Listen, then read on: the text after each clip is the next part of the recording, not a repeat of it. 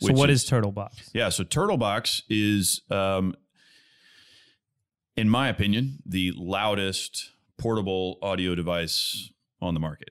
And so it is a portable Bluetooth speaker. It is a rugged portable Bluetooth speaker, waterproof. It looks like I can throw it around, you know. In what I consider to be the truly portable category. You know, the way that we like to talk about it at Turtlebox is there is the ultra portable Bluetooth speaker, which is like the size of your coffee cup. There is the suitcase portable speaker, which is, you know, the size of a suitcase. It has wheels on a handle. And you have ultra portable that's not that loud. You have suitcase portability that's really loud, actually, but you're not going to take that to the beach or on your boat. And then you have this kind of middle market where Turtlebox is, in my opinion, really one of only 4 or 5 genuine players in that space. And I think we are the best player in that space, where we combine, you know, really, really good portability with like insane amounts of volume and sound. And so while I was running my knife business, I lived with 3 of my best friends in a bachelor pad in Houston, near Gessner and Memorial. We lived on a house that backed up to Buffalo Bayou, and Buffalo Bayou is kind of one of our like inspirations for starting this company, because this was 7 or 8 years ago. 7 or 8 years ago, the portable speaker business was not what it is today, right? Like you can get on Amazon, there's like 400 portable speakers you can buy. Well, 8 years ago, there was like 0. Like Bose had a product and Sony had a product. A couple guys had some portable stuff, but none of it was rugged. None of it was waterproof. And so one of my partners, a guy named Will Bradley, he just is obsessed with having music with him everywhere he goes. And he had bought and broken everything. Dude, same here. And we were always on the bayou. We canoed the bayou all the time. The 4 of us, we owned a sailboat together, used to sail Galveston Bay all the time. And so we were on the water a lot. And then we were single, and so we were always doing adventures and stuff before we all got married and started having kids. But and so Will, out of frustration and out of personal need, is like, hey, I need a louder, more rugged portable speaker. And I think I know how to do it. I'm gonna dream this up. And so the 4 of us, it's me, Will, Reagan, and Jeff. We were all roommates and now business partners together. None of us are engineers, but collectively, in kind of some weird way, we make up like one actual engineer. And we have enough like random knowledge of things, of electronics and schematics and building things, that like together we make up one engineer. And so Will pitches this idea to us just as a house, just as a group of guys doing life well. And he's like, guys, I think I want to build this thing just for us. It wasn't a business idea. This was, let's just make something for us. And so we buy all this junk and kind of piece it together and shove it in this box. And here it is, our speaker. And that's all it was. It was just our speaker. And for about a year, we took it with us everywhere we went.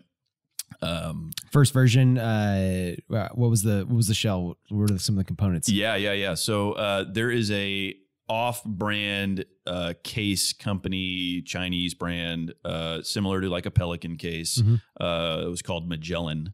And so we used a Magellan case. You know, they cost like $20 instead of like $100 for a Pelican. We had a Pyle. Pyle is a less well-known marine audio company, like JBL and JL Audio, huge marine, Wet Sounds, huge marine grade audio companies. Pyle, big company, been around a long time, just less known. They had a 6x9 that we used. We found a certain size car amplifier that fit in the box just right. A couple of 12-volt sealed lead acid batteries, that you would run a motorcycle on. So this thing was super light. It was like 20 pounds. This is insane. I love it.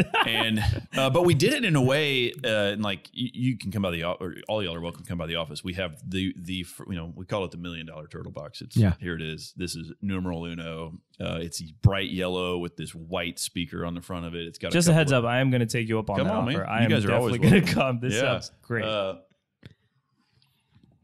And I, like your friend, I have to have music with me everywhere. If I don't have it, I'm going to lose my mind. Right now, it was raining outside and I had my headphones and I was like, I don't know if I should bring them because I actually did my hair for once. So I don't know if I should bring them. Classic mistake. Your hair looks great. Oh, thanks, man. So I was like, I don't know if I should. But yeah, I lose my headphones all the time. I lose my speakers all the time. And I hate my portable speaker because it's the size of this damn coffee cup. And it doesn't weak. Dude, it's terrible. Yeah. It's one of the better brands. I won't. Yeah, we don't need it. But it sucks. Yeah. We sympathize. And so, what started in, I think this was like 2012, 2013, actually, when we built this we call it our Frankenstein. And you're making knives this whole time. And I'm making knives. Yeah. And that was my contribution is Will and the guys were like, hey, John, we think we know how to wire this thing up, but like, you need to actually assemble it. Yeah. And that's kind of my skill set is I can cut holes in boxes and, make things fit. And so, so we used all of my tools in the knife shop and kind of cut holes and inserted switches and, mounted this speaker and, figured out how we were going to secure these giant heavy batteries on the inside. And so we build this thing, we take it with us everywhere. It's awesome. People are drawn to it, like naturally. People are drawn to music, and that's a neat kind of human element to our company.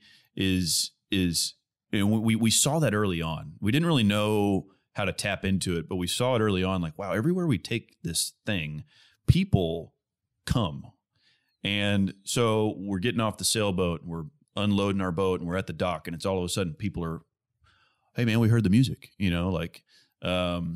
and that was a neat thing. And I think we didn't really know, like I said, what we were tapping into, but it inspired us. And so after about a year of this, we, are drinking, a year of four guys just partying with a giant speaker. With a speaker.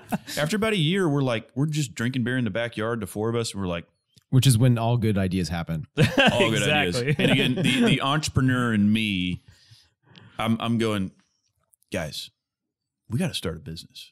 Like, one, we're best friends. We love doing life together. And your friends go, John, you already have a business. You're like, John, focus.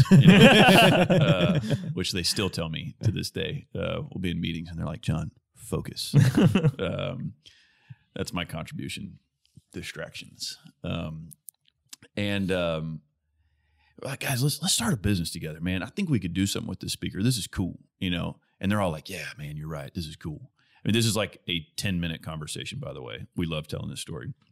Backyard drinking beer. Yeah, man, that sounds great. Let's start a business together. Who hasn't had that 10-minute conversation in the backyard? All the time. But, but how many people actually follow through with it? Exactly. That's the difference. The best part of this conversation is the end. Is it's like, all right, yeah, man, let's do this thing. It'll be awesome. Hey, what are we going to call it? Reagan. Hey, let's call it Turtlebox. Like that. I mean, we literally 10 minutes prior, I said, hey, let's start a business together. 10 minutes later, Reagan's like, yeah, man, let's call it Turtlebox. We're all like, uh-oh. That's a great idea. Cheers. Let's call it Turtlebox.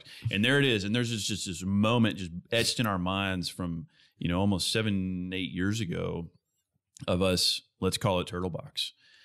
And that moment kicked into motion truly 5 years of R&D and fundraising. And it just kept getting more and more serious every year.